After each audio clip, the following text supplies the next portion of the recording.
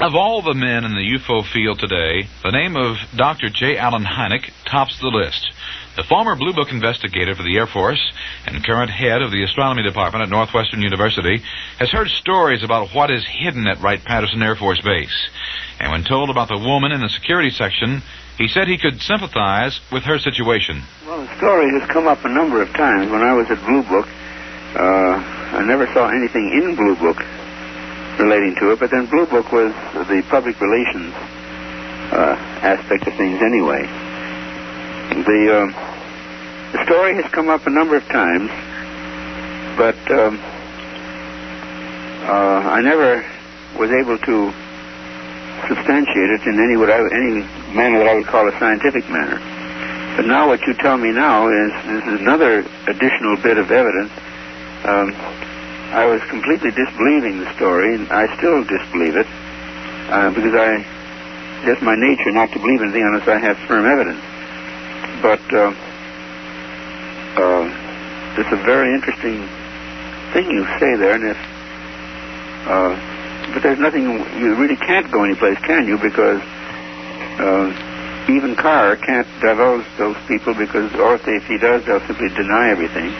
Because I've had to sign those same sort of, when I was with Blue Book, I had to sign the security arrangement saying that if I ever said anything, I would be prosecuted to the fullest extent.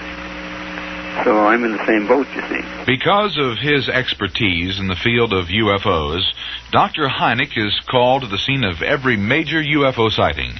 He was summoned to Pascagoula, Mississippi last October, hours after two shipyard workers, Charles Hickson and Calvin Parker, stumbled into a sheriff's office and said they had been taken aboard a flying saucer. I went down to Pascagoula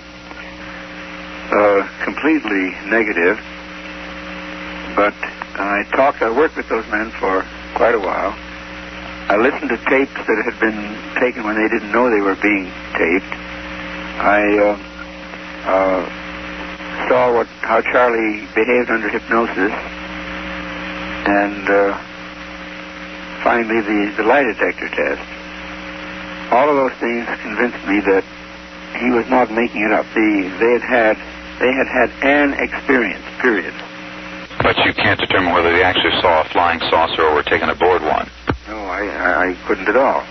There's no way that I know of in which we could determine that. It's like if you tell me that you dreamt of purple peach trees last night. What can I do about it? Well, you have to go on the assumption that he is indeed telling the truth. Well, yeah. You have to then judge by his past reputation, how he's regarded in the community.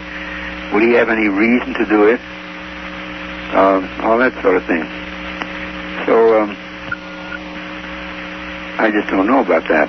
Of course, it fits a pattern. You see, that's not an isolated case. We have a catalog now of well over 800 such cases. On October 23rd of this year, Charles Hickson, one of the men involved in that incident at Pascagoula, invited WWDC newsman Rudolph Brewington to his home in Gaucher, Mississippi.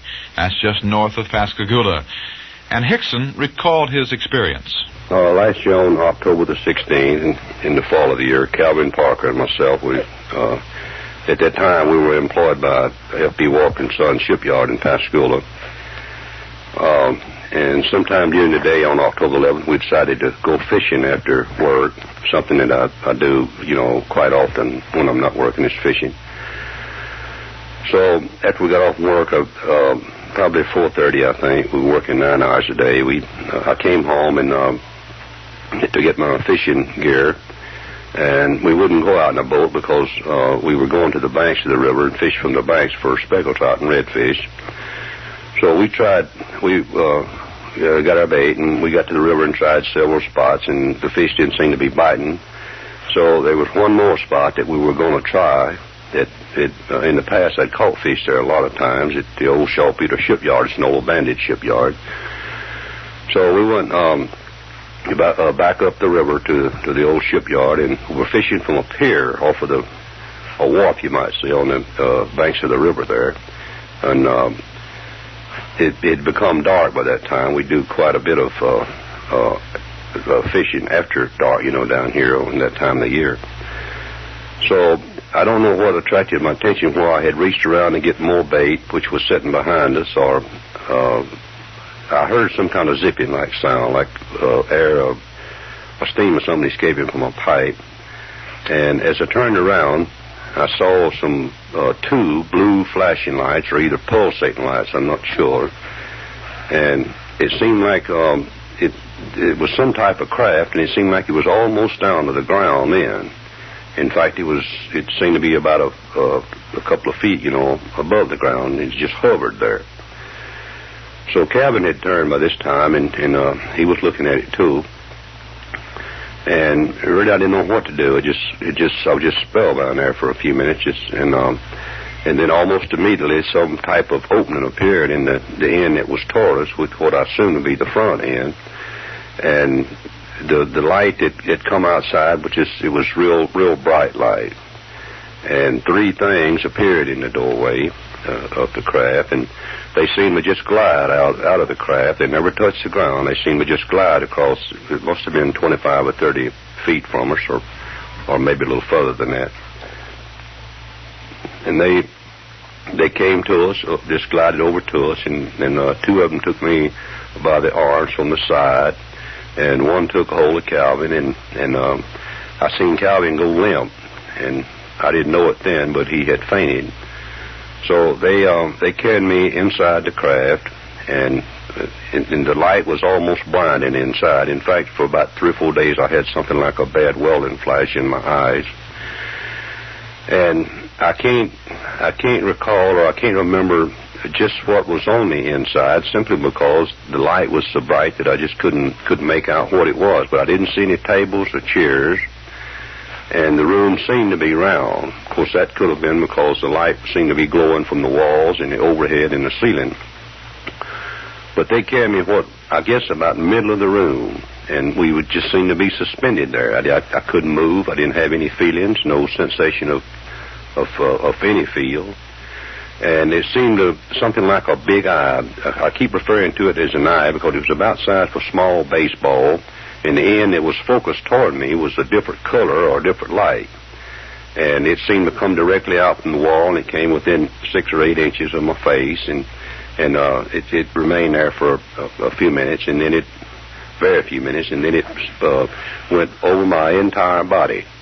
I'm assuming it did, because when it went down like this, I seemed to be suspended there, and the next time I seen it, it was coming back up over this way. So I assumed that it went over my entire body.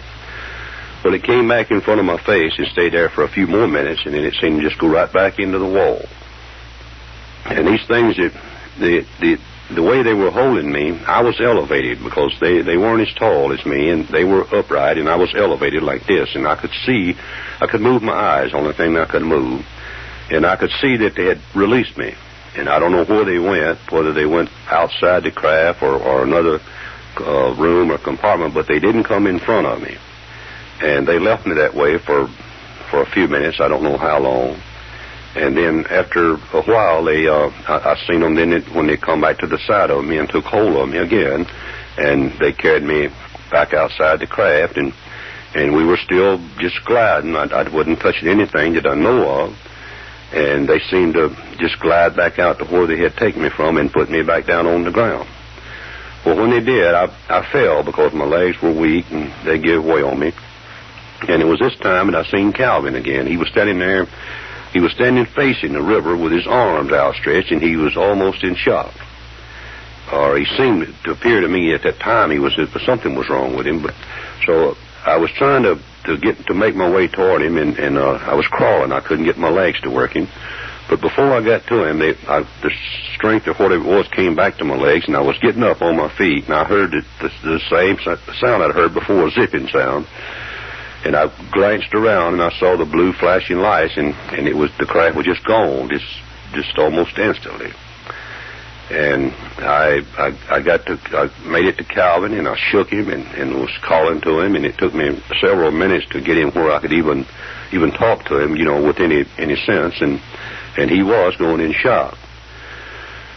And these things that came out of the craft, they were about 5 or 5 foot 4 inches tall. And they didn't have a neck. The head seemed to come directly